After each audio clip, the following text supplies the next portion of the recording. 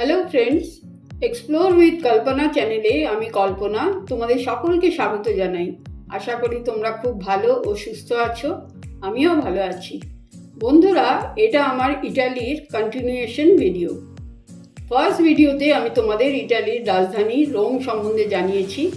এবার আমি তোমাদের ইটালির অন্যান্য বিখ্যাত শহরগুলির ওপর আলোকপাত করব। এখানে একটা কথা বলে রাখি, যারা আমার ইটালির ফার্স্ট ভিডিওটা দেখোনি তারা ডেসক্রিপশন বক্সে লিংক দেওয়া আছে, দেখে নিতে পারো। চলো তাহলে শুরু করছি ইটালির খুব সুন্দর একটি শহর ফ্লোরেন্স দিয়ে। শিল্প, সাহিত্য ও ইতিহাসের শহর ফ্লোরেন্স ছবির মতো সুন্দর। বলা হয় 59 বিসিতে জুলিয়াস সিজারের রাজত্বকালে শহরটির গোড়াপত্তন হয়। শহর জুড়ে ছড়িয়ে থাকা বড় বড় প্রাসাদ, প্রাচীন ক্যাথেড্রাল ও মিউজিয়ামের সাথে জড়িয়ে আছে সভ্যতার গল্প ও কাহিনী। ফ্লোরেন্সের বিখ্যাত ক্যাথেড্রাল সান্টা মারিয়া ডেল ফিওরে শহরের একটি আইকনিক ল্যান্ডমার্ক। এটি নির্মাণ করতে প্রায় 150 বছর সময় লেগেছিল। এটি বিশাল ও বিস্তৃত ক্যাথেড্রাল রেনেসাঁর মহান সায়েন্টিফিক নলেজ ও কারিগরদের অসাধ্য সাধন সত্যিই বিস্ময়কর। ক্যাথেড্রালের ভেতরটি তুলনামূলকভাবে সাদামাটা। চারপাশে বিশাল আকৃতির তোরণ ও দানব আকৃতির গম্বুজের জন্য এটি বিশ্বের অন্যান্য ক্যাথেড্রালের থেকে একেবারে আলাদা। সুবিশাল লাল গম্বুজটি ছিল একসময় পৃথিবীর বৃহত্তম। এই গম্বুজ তৈরির জন্য ফিলিপ্পো ব্রুনেলেস্কি নামের একজন স্বর্ণকারের তৈরি নকশায় 16 বছরে এটি নির্মাণ করতে সক্ষম হয়। 1413 সালে তৎকালীন পোপ ক্যাথেড্রাল এটির আনুষ্ঠানিকভাবে উদ্বোধন করেন। এখানে 10টি ব্রোঞ্জের প্যানেলে ওল্ড টেস্টামেন্টের কাহিনী খোদাই করা আছে। এই অনবদ্য শিল্প দেখে মাইকেল অ্যাঞ্জেলো একে স্বর্গের দ্বার বলে অভিহিত করেছিলেন। ক্যাথেড্রালের চত্বরেই রয়েছে দুটি উল্লেখযোগ্য স্থাপত্য, বেল টাওয়ার ও baptistery of San Giovanni. Accademia gallery Florence শহরের অন্যতম ট্যুরিস্ট স্পট। এখানেই মাইকেল অ্যাঞ্জেলোর অসাধারণ সৃষ্টি ডেভিডের মর্মর মূর্তিটি দেখতে পাওয়া যায়। এটিকে বিশ্বের সর্বকালীন একটি শ্রেষ্ঠ শিল্পকীর্তি বলে ধরা হয়। ভাস্কর্যটি যৌবনের শক্তি ও সৌন্দর্যের প্রতীক। এটি ছাড়াও গ্যালারিতে রয়েছে মাইকেল অ্যাঞ্জেলোরই অসমাপ্ত কাজ প্রিজনার্স বা স্লেভস। এই সিরিজে 4টি অসমাপ্ত ভাস্কর্য রয়েছে। অসমাপ্ত হলেও দ্য অ্যাওয়েকনিং স্লেভের ভাস্কর্যটি থেকে চোখ ফেরানো যায় না। এছাড়াও অন্যান্য রেনেসাঁ শিল্পীদেরও শিল্পকর্মের এক বিশাল সংগ্রহ এখানে আছে। আর্নো নদী ফ্লোরেন্সের প্রাণ। সারা শহর জুড়ে এই নদী নীরবভাবে বয়ে চলেছে। এই নদীর সৌন্দর্য উপভোগ করার জন্য পর্যটকরা নৌকা বিহার করে থাকে। এই নদীর দুপাশে ফ্লোরেন্সের দর্শনীয় ব্রিজ পন্টে ভেক্কিও ও সান্টা ট্রিনিটা ব্রিজ। পিয়াজা ডেলা সিনোরিয়া ইটালির একটি বিখ্যাত ল্যান্ডমার্ক। পিয়াজা অর্থাৎ স্কোয়ার বা চত্বর। এই পাশেই অবস্থিত মেডিসিদের বিখ্যাত প্রাসাদ পালাজ্জো ভেক্কিও। এর পাশেই রয়েছে ওপেন এয়ার মিউজিয়াম। স্কোয়ারকে ঘিরে রয়েছে মাইকেল অ্যাঞ্জেলোর স্ট্যাচু অফ ডেভিড, হারকিউলিস নেপচুনের ঝর্ণা। স্কোয়ারের খোলা প্রান্তরে ছোট বড় অনেক রেস্টুরেন্ট তোমরা দেখতে পাবে। পালাজ্জো ভেক্কিও প্রাসাদটি মেডিসি পরিবারের বাসস্থান ছিল। একসময় তারাই মূলত এই শহরের নিয়ন্তা ছিলেন। বর্তমানে প্রাসাদটিকে মিউজিয়াম ও টাউন হল হিসেবে গড়ে তোলা হয়েছে। এই প্রাসাদের জাঁকজমক পর্যটকদের আকর্ষণের কেন্দ্র। পন্টে ভেক্কিও আর্নো নদীর ওপর অবস্থিত ইটালির সবচেয়ে পুরনো সেতু। অনেক বছর আগে সেতুটির ওপর কসাইদের দোকান ছিল। বর্তমানে এখানে কিছু সোভেনিয়ার ও গয়নার দোকান রয়েছে। বোবোলি গার্ডেন ইটালির এক বিখ্যাত গার্ডেন। বিশাল বাগান জুড়ে শোভা পায় নানা স্থাপত্য ও ভাস্কর্য। এই বাগানের খুব কাছেই রয়েছে পোর্সেলিন মিউজিয়াম। উফিজি গ্যালারি ফ্লোরেন্সের বিখ্যাত আর্ট গ্যালারি। উফিজি মানে অফিস।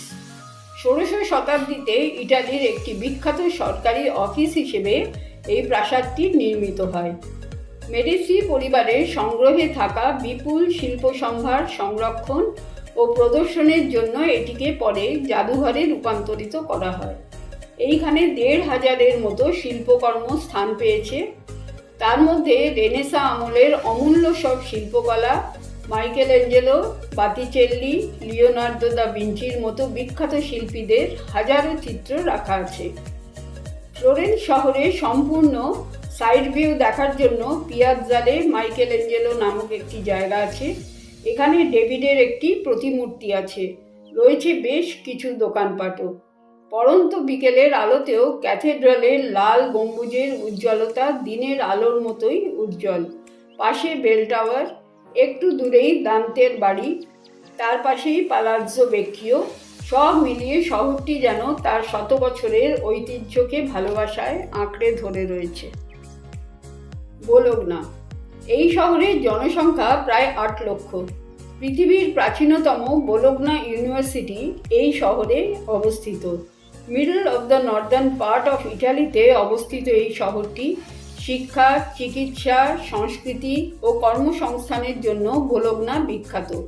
শিল্প কারখানার জন্য শহরটি ইটালির মিলানের পরেই অবস্থান করে।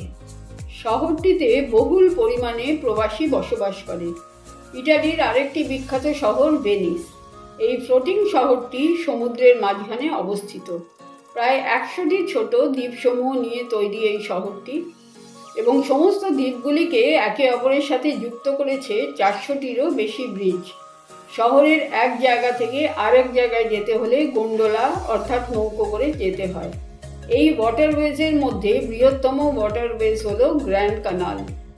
গ্র্যান্ড কানালের 2 ধারে প্রাসাদ, যা পর্যটকদের দৃষ্টি আকর্ষণ করার মতো। 13th to 18th সেঞ্চুরির যারা রিচেস্ট পার্সনস ছিল তাদেরই তৈরি এই প্রাসাদগুলি। ভেনিস এনশিয়েন্ট সিল্ক রুটেরও একটি ইম্পর্টেন্ট সেন্টার ছিল। আরেকটি খুব ইম্পর্টেন্ট ব্রিজ হলো সাইস। সাইস হলো দীর্ঘশ্বাস। এই নামটি দেওয়ার পেছনে একটি মান্যতা আছে যে এই ব্রিজের একদিকে প্যালেস ও অন্যদিকে প্রিজন। প্রিজনারদের যখন সাজা দেওয়ার জন্য ব্রিজের ওপর দিয়ে জেলখানায় নিয়ে যাওয়া হতো, তখন তাদের যে মনোকষ্টের দীর্ঘশ্বাস পড়তো এই ভেবে যে এত সুন্দর শহরটাকে আর কখনো দেখতে পাবে না, এই ফিলিংস থেকেই ব্রিজের নামকরণ হয়েছে। তাই পর্যটকদের এই ব্রিজ দেখার আগ্রহ সব সময়ই থাকে। এখানে একটু তোমাদের বলে রাখি, ভেনিস শহর নির্মাণে ব্যবহৃত হয় ওক এবং লার্চ গাছের কাঠ। প্রায় 60 ফুট লম্বা কাঠের খুঁটি জলের নিচে নরম কাদা ও পাথরের নিচে শক্ত করে প্রতিস্থাপিত হয়। শত শত বছর ধরে এই কাঠের তৈরি তক্তাই শহরের স্ট্রাকচারকে ধরে রেখেছে। স্বাভাবিকভাবেই মনে প্রশ্ন জাগে, এত বছর ধরে কিভাবে টিকে আছে এই কাঠের খুঁটি? সায়েন্টিস্টদের যুক্তি, কাঠ তখনই পচে যায় যখন পরিবেশে জল ও অক্সিজেন উভয়ই উপস্থিত থাকে। গভীর সমুদ্রে অক্সিজেন অনুপস্থিত আর থাকলেও খুবই সামান্য। তাই গভীর জলে থাকা সত্ত্বেও কাঠ পচে যায়নি। ভিতগুলো এখনও শক্তভাবে টিকে আছে। তাছাড়া ওক ও লার্চ গাছের কাঠ অত্যন্ত জল প্রতিরোধী। ভেনিস শহরে অবস্থিত স্যান্টা মারিয়া ডেলা স্যালিউট চার্চ নির্মাণে ব্যবহৃত হয় 11,06,657টি কাঠের খুঁটি। প্রতিটি খুঁটি হলো 4 মিটার লম্বা ও নির্মাণ করতে সময় লাগে 2 বছর 2 মাস। তবে একটা চিন্তার বিষয়, অনন্য সৌন্দর্যে ঘেরা শহরটির পরিস্থিতি এখন অবনতির পথে। এই ভাসমান নগরী ধীরে ধীরে চলে যাচ্ছে জলের নিচে। 2000 থেকে 2010 সালের মধ্যে দেখা গেলে প্রতি বছর 0.04 থেকে 0.08 ইঞ্চি ভূমি চলে যাচ্ছে সাগরের নিচে, আর তার ওয়ান অফ দ্য রিজন হলো জলবায়ু পরিবর্তন।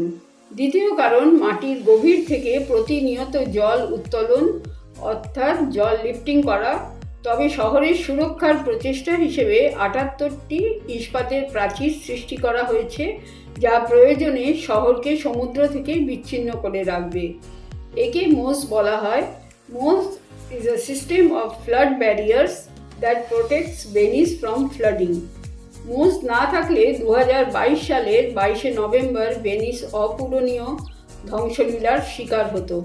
ইতিহাসের দ্বিতীয় উচ্চতম বন্যার স্তর সত্ত্বেও কিছুই ঘটেনি। প্রার্থনা করি এত সুন্দর ঐতিহ্যময় শহর যেন এইভাবেই সুরক্ষিত থাকে।